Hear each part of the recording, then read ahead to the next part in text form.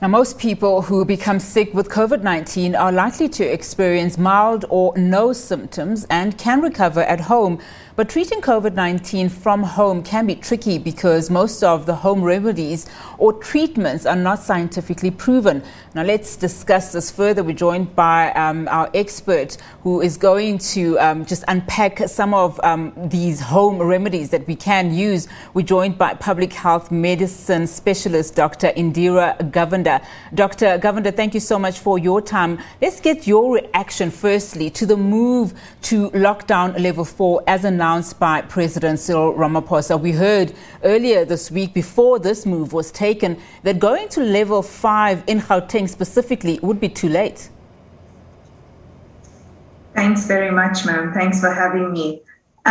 So I think the thing we need to understand is that this surge is being driven by mobility, and the researchers that have been studying our movement since our first lockdown have shown that mobility prior to this third wave was actually higher than pre-pandemic levels. So the message really is that we need to stay indoors and limit social contact as much as possible. And where we are going to have contact, we have to wear masks and we have to maintain a physical distance and sanitize. And I think that that is really what we need to understand. Like, it is not Ubuntu at the moment to be going out and socializing at this point because mobility is driving the pandemic.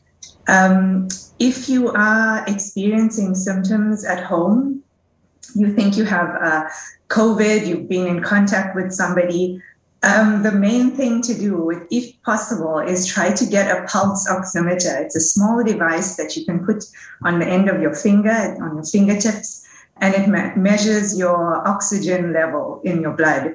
Now, this is important because many people might be experiencing flu-like symptoms, but actually their body is being deprived of oxygen. And so this pulse oximeter would let them know sooner rather than later if they need to go to hospital and they need oxygen. And there have been instances of people who severely deteriorated, and some of them, some people have died because they did not get help soon enough. Other things that can be done to manage mild symptoms would be to stay hydrated, to get fresh air, keep your windows open if possible, if you're self-isolating, to try and eat nutritious food. All of these other things that you hear about, steaming, vitamin C, and other supplements, they might help to relieve symptoms. Something for pain would definitely help to improve comfort. All of this helps psychologically. It might help your body recover, but nothing is going to cure the virus.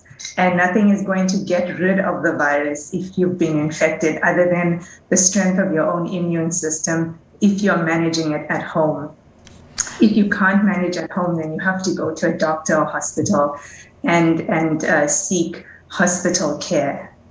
Now, I would imagine if you don't have this device that will track your oxygen levels, that the next best thing to do if you've ruled out the flu is to go to the hospitals. But we are told that hospitals at this stage cannot take, visitors. They really are dealing with just COVID-19 cases. So what is the best thing to do if you are at home, you don't have this oxygen, device to check your oxygen levels, but you need to go to the doctor? Yeah, I mean, unfortunately, this is the reality we're facing. There's no home remedy for this. There's no home treatment. As I mentioned, things like steaming, they might relieve the symptoms of congestion in your nose, in your throat, possibly in the lungs as well. But the only thing that's going to get you through this is your own immune system. If there were a treatment, if there were a cure, we would be using that.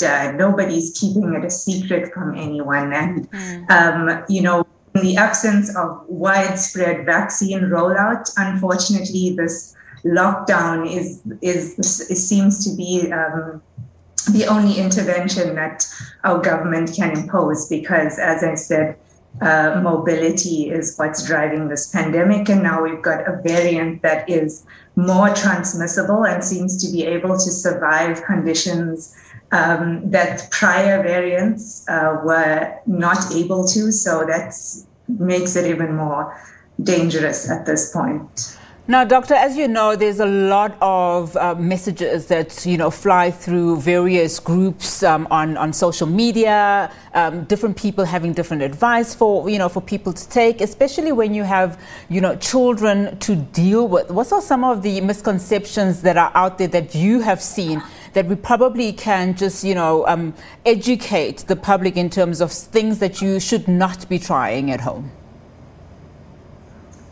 Yeah, so definitely stick to healthcare advice that is given to you by a registered, trusted healthcare provider, either at your local clinic or your GP or a specialist that you know of. Please don't follow any advice that you see circulated in WhatsApp groups or from someone who's not a registered medical practitioner. There have been, over the past year, a number of drugs and medications that people have come up with, and there's been anecdotal evidence that it works and that it could cure COVID. But so far, we don't know for sure. Even the latest craze was ivermectin, and as it stands, ivermectin is being trialed in the UK as part of a broad trial that's testing a number of potential treatments. But until we know the results of these trials, there's still no conclusive evidence about ivermectin. So, these things that people might suggest that you try, as I said, some of them can relieve symptoms. They can make you feel better. They can help you, psychologically or just physically to feel more comfortable. But nothing is really going to rid you of the infection or cure the infection. The best thing we have right now is a vaccine. And so, just, don't take risks with things that haven't been approved by the Department of Health at this point. Doctor, before I let you go, just your expert advice on this. We know that hospitals are currently at full capacity at the moment. If you are in contact with somebody that has tested positive, but you are not showing any symptoms, what's the best thing to do for yourself without you going to the hospital? Now, I'm talking about someone who does not have the symptoms and does not necessarily have to take the home remedies that we've just been discussing.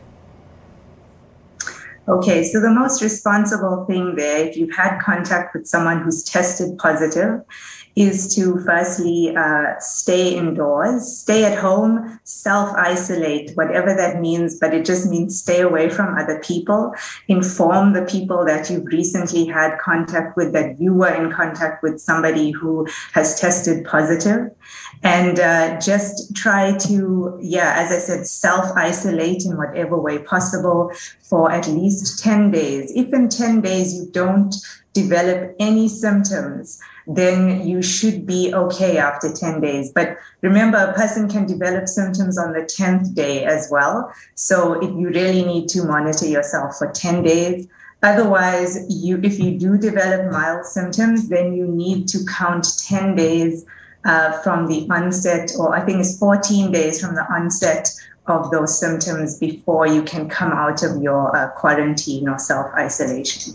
I promised you the last question, but here's the last question. How are you and some of your colleagues doing at this time? I mean, a lot of South Africans are COVID-19 fatigued, but you on the front lines, in the trenches, we know that you are having a harder time, but how are you really doing?